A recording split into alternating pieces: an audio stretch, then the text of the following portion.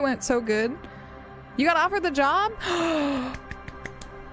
Yes, Millie, that's great news. Congratulations. Awesome. That's amazing, Millie. Congratulations. That's so exciting. Start the 2nd of December. That's so soon. Oh, congrats, Millie. Yeah, the fire thing. Now the fire thing's like totally not. Like, who runs towards a fire? That never made sense to me. I was always like, who runs towards somebody screaming fire? I guess people who are just like, I want to see what's on fire. I want to see this dumpster. But that was one thing. But what really stuck with me was there's this only one of the women was actually able to like physically escape from the guy. Like, this guy was like holding her and she was able to like break his hold on her. But then she like turned around and like hit him before she like ran away. And I just remember them being like, that was like a huge mistake. Like, she should have just run. But to turn around and try to hit him again was like a huge mistake. And I remember at the time being like, why? Like, why? But now I get it. Now I get how like, if you're in that situation, you just fucking run. You don't try to like turn around and hit the guy again. But that's like something I always think about too when it comes to like self-defense and stuff. It's like, even if you're capable, you have to like prioritize the escape more than anything. The defense comes first. But anyway, that's a heavy topic for today to start off with. Let's investigate a murder. On that note. Oh man, I'm so excited for you, Millie. That's so great. Cute clap. I don't clap cute. Whatever. Except when it's at a gas station. The escape from a gas station. Oh yeah, that man. Yeah, that's true. That you're talking about the time that guy grabbed me by the ponytail to meet. And I was like pumping gas into my car, and I was kind of like, how do I get out of this situation? Luckily he was harmless, but not a great situation. Very much a Kitty Genovese sort of situation too, where like no one fucking reacted to that. Today is actually International Day for the Elimination of Violence Against Women. Well, that's like, instead I just looked at Google and it tells me Charles M. Schultz's birthday, so I guess those two go hand in hand. That's a very ambitious day. I wish they could actually accomplish that, but I don't think that's gonna go away. The man before you is naked, but for a pair of underpants and white boots. His skin is marbled with decaying veins and blotched by we lividity. looked at the boots last time. On his chest, a fading web of tattoos. The cargo belt used. Yeah, I'm glad it wasn't a true Kitty Genovese. That's a very, very sad story. Yeah, Millie, just to like, for anyone who hasn't heard this story, like years and years and years ago, Mukashi, I was like pumping gasoline into my car at this like gas station, you know, where one gets gasoline. And it was like, oh, you can have some more Neko-san, just for you, Randy. It was like 2 p.m. It was like middle of the day. Middle of the day, and this like homeless man or unhoused person came up to me, and he was kind of like panhandling me a little bit, and because I was standing there like at the car because you're not supposed to like, you're never supposed to get into your car when you're pumping gasoline in. You're not supposed to like walk away from it and things like that. So I was just standing beside it, like next to the pump, right? And this guy walks up to me and he's just kind of like chatting, you know, just trying to like kind of panhandle. And I was just like, oh, sorry, man. Like, I'm paying in card. Like, I genuinely don't have cash on me, whatever. And then he started saying stuff like, oh, you're a real pretty lady. You're a real pretty lady. And I was just like, yeah, okay, thanks, man. Like, cool. And I'm like looking around because, again, I'm like trying to figure out like, okay. And there's all the gas pumps are full. Like, there's people at every single pump, and they're all just like watching this interaction. And there's like men, women, everyone. And so this guy, he like keeps talking. He's just like, you're pretty. And I just kind of was like, and I kind of like turned my head for a second to like look and see again if anyone was like kind of like paying attention to come over here. And he grabbed me by my ponytail, because I had a ponytail, like a low ponytail. And he grabbed me by my ponytail and started shaking it. And he just went, I'm just kidding with you. I'm just kidding with you. And then walked away. But I was like, for like the 3 seconds that he was like shaking me by my ponytail, I was just, this was before I did any sort of like training, whatever. I was just like frozen, because I was like, what the fuck is happening? And yeah, and I look around and like not a single person, like everyone was staring at me, but not a single person had like taken a step or said anything, like nothing. And so I just kind of had this moment in my gut where I was like, that could have been anything, and not a single person would have like, so it was just very like humbling of an experience to be like, well, shit, I didn't do what I should have done, first of all. Second of all, no one else was really going to step in there. But yeah, luckily it was fine. Like, he was just messing around, but like 2 p.m.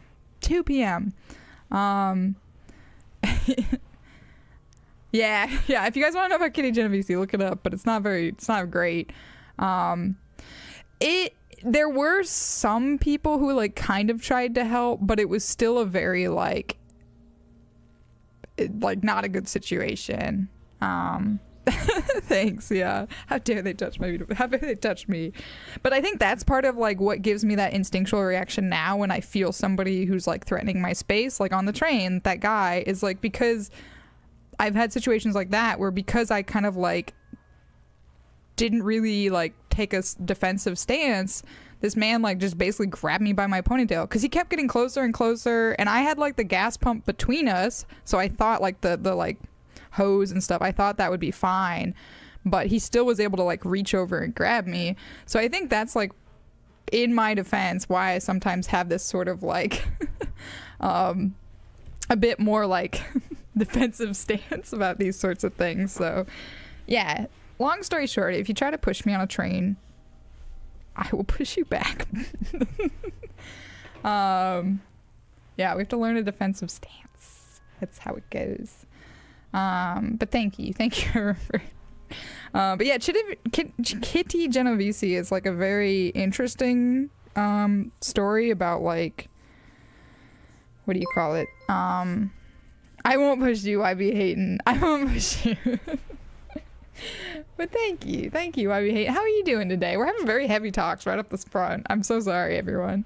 When you're a kid, 10 or 12, you're robbed. Yeah, and 5 or 6 of them who just sat near you just stayed quiet. Yeah, it's like, in some situations, like if somebody has a weapon, it's sort of like, well, what can you do? But if anyone doesn't know, Kitty Genovese is a situation where a woman was basically stabbed and like was like calling out for help for hours, but no one reacted. Like, no one called the police or an ambulance, because they all had assumed that like somebody else was taking care of it. So it was kind of like you have this mentality of like, you don't really want to interfere because it's like not your business. Somebody else surely has like contacted somebody. Like, people later reported like she eventually died, but like I know that she did, people did eventually like call for services and things like that, but they like interviewed around, and it turned out that like people were like aware of her situation like long before like any ambulance was called, and everyone reported, oh, I just thought somebody else had like intervened already. So it's just kind of one of those lessons of like, people sometimes you have to take responsibility, like, you know, for situations. Yeah, unhoused, like, people, homeless people, however you want to like classify them these days, you really have to be careful, because yeah, a lot of times mentally they're not really there.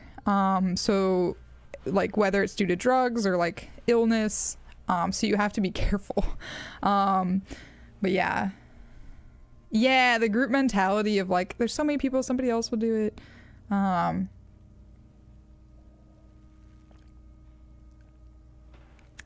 So like, I try to keep that in mind I think it's important to like, yeah, not the intro we expected, right? Not the intro I expected either. I think it's important to keep in mind. I think about it because I know like here in Tokyo, there was actually a situation where I was out walking with a friend and we were trying to like catch a bus, but we had time to kill. So we were just kind of leisurely walking. And as we were walking over, there was just a person like on the ground, like face down on the ground. And there was a person with them who looked like they had like come across them and were kind of like, the person looked a little like, what the fuck is going on? And when like we walked by, this person was just like fully like just face down, arms to their side, legs out, like as if they had just like passed out, right? And I kind of like registered it because it was like kind of like off on an alley. And we walked a few steps and I like turned to my friend and I was like, I don't feel good about that. Like, I don't feel good about that situation. And my friend was like, do you like want to go back? And I was like, yeah, I was like, I don't know how much I can help, but I want to go back. Like, so we like turned around and walked back. And by that point there was like more people and the person was like upright and they were in a position where I was like, okay, I don't think this is like a health thing. And it seemed like people were kind of like taking care of it. But I was just like, you know what? Like, I can do CPR if I'm forced to. Like, I'm not like the best. I'm an eye doctor, so I don't do like full body stuff, but I at least can like do minor triage and like try to help. But I think of it in situations like that because I'm like, if I had just assumed, oh, everyone else has it under control or like that person has it under control, you never know. So I always try to like keep that in mind. But also it's like as a single woman, I don't always like want to interfere. But since I had somebody else with me, I was like, okay. But again, Rusalka in like self-preservation mode is like, what if this is a trap? Because in the US, sometimes that's a trap. Yeah, on the JR, it was a whole day. It was they like an elderly gentleman died on the train in the morning, and he was just like sitting down. So everyone just thought he was asleep because he like passed in his sleep. And this was like one of the really, really long trains. So basically, that train like runs. It just kept like riding back and forth, but it didn't end until like I think it was like 10 p.m. They found him. Like at the end of the day, they found him, but everyone just assumed he was asleep. And honestly, I probably would too. I wouldn't react to that. My face, no, shrill, so mean. But also welcome. Cricket, how are you doing too? Cricket was repping so much Simper Circus stuff. You made me like blush the other day, Cricket. Anyway, let's inspect this man's belt. The hangman's knot is Let's talk about something nicer. A murdered man. Below.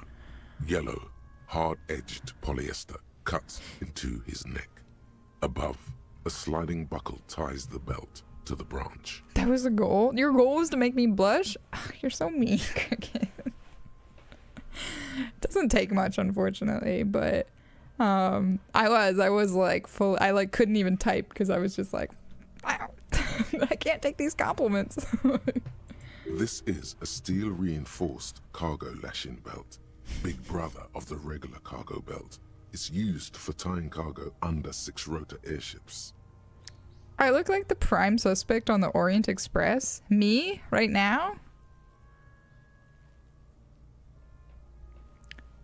I don't want to spoil Orient Express. For like the 2 people in the world who don't know the like solution to the Orient Express, I'm not gonna like say anything that could potentially spoil it. I'm reading a new mystery right now, actually. I'm kind of interested. It's a new detective, new writer. Unsure how it's going to turn out. I'll keep you guys posted. Oh my, there's something on the belt. A familiar word that speaks to the thirst within you. A word? Vermilion, in yellow letters, along the length of the twisting cargo belt. Only a deep longing for vermilion golden spirits lets you decipher the fading logo of the local brewery. I am a little annoyed. Another tangent. I'm so sorry. This is a circus style stream if ever there was one. The prime obvious suspect. The princess? um, I was kind of annoyed on this tour because, well, for many reasons, many reasons. But anyway, this tour up north, we were basically exploring this area of Japan that in 2011 had a huge earthquake and tsunami, like really wrecked everything. Like it was one of those where like no one predicted something of this magnitude could happen there, and it was really tragic because they had a lot of stuff where it was like places that were supposed to be considered safe turned out to not be safe because they hadn't anticipated like this huge of like a tsunami. But anyway, so we're like touring around this area, and there was two things in this town that we kept walking by that kept being alluded to, and then we never actually went to them, and I wanted to go to them so badly. So the first one was a shark museum. I really wanted to go to this shark museum. It looked dope as hell. I like sharks. I like learning about sharks. I like seeing sharks in safe conditions. So I was like really curious to see this shark museum that they were like talking about, hyping up. We walked by it like 6 times. Never got to see it. Wasn't part of this. I don't know why. Should have been. And then the other thing was this one brewery. The town had this brewery, and we like met outside the brewery at one point too. They're like, let's meet outside this brewery, and it was like 10 a.m. so I was like, that's a little early, but when in Rome. But we didn't go in, obviously. Wasn't even open. But they like kept referencing this brewery. They like kept talking about how it was like this such a cool concept, and like how they had new beers, like a new beer every month, and like constantly rotating tap list, and they had it featured in like promotional videos. And I was just so pissed because I was like, dude, you can't talk like hype up this brewery and then be like, we're not going to it. Like I was like, I want the beers in that brewery, and they didn't let us go. We didn't go. Sharks are dope as hell, right? I know, I was so mad. I went to a craft beer place on Saturday, which made up for it. But I was mostly annoyed because they kept talking about it, first of all. And because this 3-day trip or whatever was exhausting for me mentally because it was entirely in Japanese. And it was tough. Like I was lost most of the time, like just language wise. Like it took all my like focus to try to like pay attention and like glean what I could from these conversations. But by the end of it, you're like your brain just feels like it's melting, essentially. And so at that point, I just really wanted a beer. Like, I'm sorry, I just wanted a beer. And so I just wanted to like have a beer while my brain melted inside like my skull and just chill. And yet, no. I do want to go to Sapporo. I do want to go to Hokkaido and Sapporo country and the Kuma country. But yeah, like to be perfectly honest, that was like the mood I was in. I was just craving just some sort of craft beer, and they teased it and then did not provide. I did have some sake eventually, but it wasn't very good. And I was at a point where I was kind of like, I don't really want to drink that much. Because at that point I was like, I gotta get up at 7 a.m. or I gotta get up at 5:30 a.m. And it was 10 p.m. at that point. Rage quit. There were so many times. People on this trip probably thought I was just like a snob. Although I think some of them figured out that I was just like exhausted. Because I kept telling people I was exhausted. Like I was just like, I'm sorry, I'm tired. And I think people got it. But it was like, I'm sure some people probably thought I was such a snob because I like wouldn't talk that much because I just couldn't. And I often was just like wandering around by myself. Because I just was like, I just want to like have some time for my head to, I just was like getting so overwhelmed with so much like constant Nihongo being thrown at me, so much Japanese, that like anytime I could, I would kind of like wander off by myself and just chill. And so I have a feeling people thought I was either like antisocial or like just like not very friendly, but it was genuinely just like, I'm so sorry. I'm just like so overwhelmed and overstimulated. I'm also just not good in big groups. And this was like 13 people or something. Like, I think actually a little bit more than that. 15 people, if I think right. And so, yeah, I just was like, I'm so sorry, everyone. I just have to like go my own way for a bit. But by the end, it was like I was feeling a little bit better, but I was just so tired. And like having just come back from Kyoto and to turn around and have to immediately go on this trip was just like too much for me. So I'm very happy to be back in Tokyo. Back in familiarity, and that's why I think I'm like extra chatty too, is because it's just it's been a long time. I haven't been able to really talk to people lately. I've been talking a lot of Japanese, but that's not very like deep conversations. Definitely not talking about Katie Genovese shit and stuff like that.